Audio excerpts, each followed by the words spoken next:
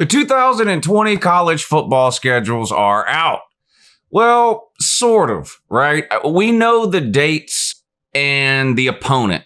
Clearly, we don't know the TV or the time yet. Those things typically aren't announced till a couple of weeks before each game during the season. But we know who we're playing. We know what day we're playing them on. And this is going to be a series of videos where I go team by team and preview some of the 2020 college football schedules. I'm going to create a playlist. I'll put a link to it up here somewhere. You can click that link. It'll take you to the entire playlist where we'll include every single team that I've covered so far. We're going to get started right now.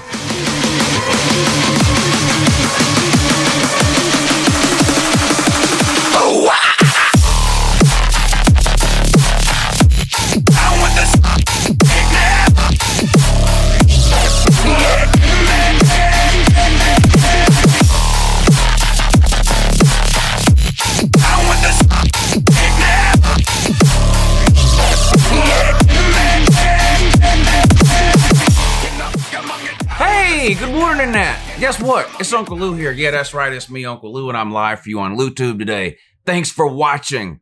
I really appreciate it also. And in addition to that as well, subscribe to this channel if you're not already. I post college football videos almost every single day of the year. And listen, don't believe what you've heard. Some of them are watchable. This one, well, I don't know about this one. Let me know in the comments down below. This is a Wisconsin 2020 football schedule season preview. So we're going to look at the schedule, break it down. How does it compare to last year's schedule? Is it harder? Is it easier? That kind of thing. Road games, non-con games. What's it looking like for Wisconsin in 2020? Wisconsin, of course, is coached by Paul Chryst. He's entering his 6th year as Wisconsin head coach. And would anyone be surprised if I told you that they win about 10 or 11 games every single year and that's about it? No one would be surprised.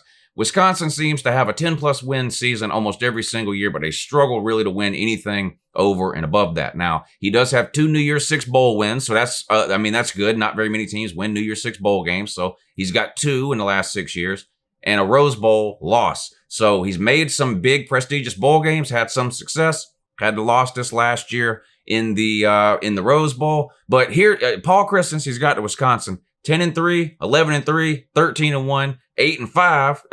When your down year is 8-5, you're a really good football program. Really, really good football program. And that's what you are. 10-4 this past year, right? Look at some of these teams that have good years, and then when they fall off, what do? Miami, Florida State, Texas, these teams that, lose 5, 6, 7 games a year when they have these down years. Florida going 4-8 or 5-7. Tennessee.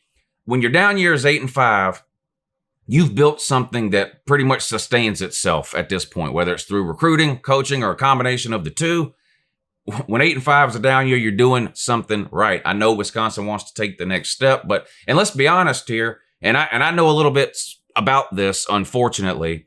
Wisconsin is one of the best teams in America over the last 10, 15, 20 years, whatever, that has not won a national title, right? Wisconsin, Oregon, Georgia. These are 3 teams that seem to be good to really, really good almost every single year, and they've all 3 managed somehow to come up short and not win a natty. So I'm not necessarily knocking Wisconsin for that, because clearly I'm a Georgia fan and I'm in the same boat. But would you rather be Wisconsin, Oregon, or Georgia? Or would you rather be Tennessee and hadn't won your conference since last century? You see what I'm saying here? So there's a lot worse places to be than where Wisconsin is. Let's look at 2019. How'd you do? Now, this is a regular season schedule preview. So I'm gonna put the schedule up now. Here it is, 2019. I know you played in the Big 10 title game. I know you went to a bowl game and all that, but we're just looking at regular seasons here. You were 10-2. According to Phil Steele, and I'm not here to tell you he's the best or most accurate or whatever. I'm just using Phil Steele in every one of these videos so I can remain consistent. But according to Phil Steele, you had the 20th hardest schedule in America last year, and you went 10-2. Where did 2 losses come? We're going to find out in just a second. You were 7-0 at home. Wisconsin does have a pretty good home field advantage. I don't think that's news to a whole lot of people. They have a very rowdy student section there, the whole jump around craze that goes on there. Probably a really, really fun place to see a game live. You went 7-0 at home. Your losses both came on the road. You were 3-2 on the road. We'll talk about those in a second. Like I said, here's the schedule. You started out on the road.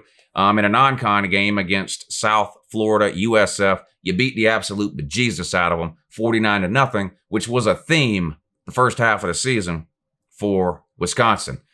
Central Michigan week 2 at home, 61-0. So 2 games, 2 wins, and you're up on your opponents like 110-0. Bye week. You come out of that, you played Michigan, and you managed to beat them at home, 35-14. You gave up 2 touchdowns. How's that possible? I'm just kidding, but you gave up 2 touchdowns after back-to-back shutouts, but a big win, 35-14. Wisconsin's on a roll. This is the year. Northwestern, you beat them 24-15. Maybe this was a sign of things to come because we didn't really know it at the time, but Northwestern was a terrible team last year. You struggled, but you did get to win 24-15. And guess what? You turn around the following week with your last non-con game of the year against Kent State. And what'd you do to them? You beat them 48-0. This is ridiculous. Michigan State, the week after that, at home, win 38 to what? Nothing. This is ridiculous. Through week 7, you had played 6 games through week 7. 4 of those 6 games were shutouts. I don't know if that's ever happened before. Somebody might know in the comments section. Maybe this was talked about during the season. You shut out 4 of the first 6 teams you played. I don't want to hear about Michigan's offense was bad, Northwestern was bad, oh, whoopity-doo, Central Michigan. I don't want to hear about any of that, okay? It's hard to shut anybody out, period. You had 4 shutouts in the first 6 games. Unbelievable. You're on a roll here. You're on a roll. You're undefeated halfway through the season. You go on the road after that big win against Michigan State at home, 38-0. You go on the road to play the Big Ten punching bag. If you ask any random college football fan on the street, name every team in the Big Ten. First of all, some of everybody are going to be confused right up front because they're going to be like, wait a minute, Big Ten, but there's 14 teams. Anyway, besides that ridiculousness, you ask everybody to name all the teams in the Big Ten. They'll start going through a list of names. Almost every single college football fan will get to 13 teams. Who will be the one team they forget, can't remember, or leave out, or for whatever reason can't name? Who will it be? Illinois. Lovie Smith coaching up there now. Is that right? The Black Santa Claus. Look at this guy. You go on the road to a terrible, perennially bad punching bag of the Big Ten Illinois team and catch a giant fat L. You lost to Illinois 24-23 after being on an absolute roll the first 2 months of the season, shutting out 4 of your first 6 opponents en route to a 6-0 record and a top 10 ranking, and then lose on the road to Illinois 24-23. And if that wasn't bad enough, where you must have been caught looking ahead, because the following week you had to go on the road and play Ohio State. Instead of preparing for Illinois, you must have spent that week preparing for Ohio State, which gave you 2 weeks to prepare for Ohio State, which cost you the Illinois game because you lost. And it was for nothing because Ohio State beat you blind 38-7. So you're on a roll here, 6-0, but then you have back-to-back road games within the Big Ten and you lose them both. So you go from 6-0 to 6-2. And those were both bad losses. Ohio State was a good team, so it's no shame in losing to them, but you were outclassed in that game. You got absolutely humiliated, honestly, 38-7. It was just a terrible game, and a loss to Illinois. Another bye week, and it couldn't have come at a better time. You really needed to regroup there. Finish up the season with 4 conference games, 2 at home, 2 on the road. You start out with Iowa at home. You beat them 24-22. On the road at Nebraska, you beat them 37-21. Back at home to play Purdue, 45-24, a W. And then at Minnesota, a big win here, 38-17, punched your ticket to the Big Ten title game. So you finished the regular season 10-2, but both your losses were bad. The Illinois loss bad for obvious reasons, and then blown out by Ohio State. But here you are again, 10-plus wins. So as bad as it looked there, week 8 and 9, Illinois and Ohio State, you still finished with the 10 wins, and we know what happened after that. It is what it is. Again, this is a regular season preview. So non-con, you were 3-0 in the non-con, but you played basically nobody. South Florida, Central Michigan, and then who was the other one? Kent State. South Florida is an okay group of 5 team as far as group of 5 teams go, but they weren't even one of the best 10 or 15 group of 5 teams last year. They had a down year. You beat them. You beat Central Michigan, and you beat Kent State. You didn't give up a single point in the non-con. Salute. On the road, you were 3-2. Illinois and Ohio State caught you there, right? at USF, at Illinois, at Ohio State, at Nebraska, and at Minnesota. That game at Minnesota is probably your biggest win. You needed that win to clinch the division. You got it done on the road in a tough place to play in a year where Minnesota and PJ Fleck had them on a roll. Really, probably the best season they've had. Definitely in my lifetime. Probably go to back 50s or 60s to find another Minnesota team as good as we saw last year. Toughest stretch of games, and how'd you fare in those? Well, week 7, 8, and 9 didn't fare too well. You mollywop Michigan State, shut them out, but then you lose the next 2 in a row to Illinois and Ohio State. And then your last 4 games of the year, too, didn't look easy when the schedule came out. We thought Nebraska would be better than they were. They ended up being, honestly, a disappointment. But Iowa was a top 15 team. You got a big win there, 24-22. And Minnesota at the time was a top 10 team. You get that win, 38-17. So you finished up strong there, winning those last 4 games, put you at 10-2. All right, that was 2019. That's in the past. What does 2020 look like? Is it harder? Is it easier? Can you improve on the 10-2 record? Will this be a down year? Let's find out. You start off in 2020 with a conference game this year, and it's on a Friday night. Now, 2 things work in your favor here. Number 1, this game is at home, and number 2, it's the first game of the year. Generally speaking, Friday night games are dangerous for the better team. We see a lot of better teams lose when they're forced to play on these weird Friday nights. But because this is the first game of the season, I don't think it's as big of a deal as it would be if it came in the middle of the season. And plus, you get them at home. A lot of these weird losses we see that involve Friday night games involve the road team losing. Should be okay there against an okay Indiana team. And then you got a couple of non-cons here. You play Southern Illinois at home and App State at home. Now, App State was really, really good last year with new head coaches. We'll see how they look in 2020, but they surprised some people last year. They did beat a Power 5 team last year, although I don't remember who it was. Whoever it was, they must have been a really, really bad team. Yep. Where was I? Oh, how about this? At Michigan and then a neutral site against Notre Dame in back-to-back weeks. That ain't going to be easy. 1-1 there would be okay, I think. But that's tough. At Michigan and then a neutral site against Notre Dame, which I think is played at Lambeau Field, if I'm not mistaken. And then Minnesota at home before your bye week. You only get 1 bye week this year. Last half of the schedule on the road at Maryland. Home against Illinois, a couple of games that Wisconsin needs to find a way to win, right? Those are 2, honestly, lower half teams of the Big Ten. You should find a way to win those.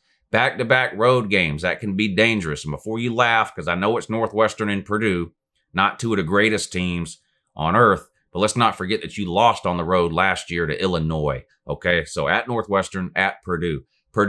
Purdue's a crapshoot, a question mark to me. Northwestern, I can't imagine them being as bad in 2020 as they were in 2019. Pat Fitzgerald usually puts a pretty good team on the field there at Northwestern. Terrible last year. I would expect some improvement this year. We'll see. But again, those are 2 games that you should win. Then you get Nebraska at home, another team that was disappointing last year. Some people had them picked to win that division. Not only did they not win the division, they just struggled for the entire year, laid egg after egg. And then you finish up with a pretty tough game on the road at Iowa. So that's it. Is that harder or easier than 2019? Well, in your non-con this year, of course, Southern Illinois, App State, and Notre Dame. That's definitely harder than last year. Last year, you had a terrible USF team on the road. Then you had Central Michigan and Kent State at home. Southern Illinois, they're a nobody, but App State and Notre Dame are not pushovers. Notre Dame in particular, right? Notre Dame is I mean, we joke about Notre Dame all the time, but Notre Dame is a legitimate top 10 program right now, top 10 to 15 program right now. And when I say program, I'm not talking about this year or any one year in particular. I mean, over the last 5 to 10 years, Notre Dame has consistently been a pretty good team. That's going to be a tough game.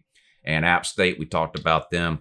They've been known to beat Power 5 teams on occasion, although I think they've only they seem to have really more of a reputation than reality, though. I think they've only actually beat 2 or 3 Power 5 teams in the last 12 or 13 years, going all the way back to when they beat Michigan on the road back in like 2007 or 2008, whatever that was. And they've lost to about 15 Power 5 teams in that same amount of time. But they did get the win last year. They're not a bad team. Dangerous game. Your non-con is definitely more difficult in 2020 than it was in 2019. What about your road games? Last year you went 3-2, right? You had 5 road games. You went 3-2. This year you have 5 road games plus the neutral site game against Notre Dame, which we've already covered. So just your 5 road games this year: at Michigan, at Maryland, at Northwestern, at Purdue, at Iowa. Northwestern and Purdue, you play back-to-back. You struggled in that same scenario last year with Illinois and Ohio State. See what you can do there this year. At Michigan will be a tough game. At Maryland's one you should win, and at Iowa's going to be a tough game. I think your road schedule, you went 3-2 last year, and I think your road schedule is more difficult this year. At USF was a gimme. At Illinois should have been a gimme. At Nebraska was terrible. And at Minnesota, that was probably your toughest game. At Ohio State, and you went 1-1. At Michigan, tough. At Maryland, you should win. At Northwestern, they'll be a lot better. At Purdue, and at Iowa, I think it's a little bit difficult. Overall, I would say your schedule is more difficult in 2020 than it was 2019. Toughest stretch of games in 2020, week 3, 4, and 5, and 6, right? App State at home, then on the road at Michigan, Notre Dame, neutral site, Minnesota at home. All 4 of those games are tough. All 4. Going to be hard to go 4-0 in that stretch of games. We'll see. And then your last 4 games, 10, 11, 12, and 13. Week 10, week 11, week 12, week 13. At Northwestern, at Purdue. Anytime you have back-to-back road games winning conference, that's difficult. Home against Nebraska, at Iowa. So 3 of your last 4 games of the year on the road. That's difficult. Again, hard to see you going 4-0 there, just being realistic. All right, let me know what you think down below. What do you think about Wisconsin's schedule for 2020? Can they improve on their 10-2 regular season from 2019, or are they going to take a step back here? This is a difficult schedule. Notre Dame, no pushover. Michigan, at Iowa, at Purdue, at Northwestern, at Maryland. You dodge Ohio State this year, which is a benefit. You dodge Penn State this year, which is a benefit. Those are expected to be 2 of the best teams within the Big Ten. You don't have to play either of them in the regular season, but this schedule is not easy. We'll see how Wisconsin can do. Let me know down below what you think. Appreciate you guys watching. Have a good morning and that.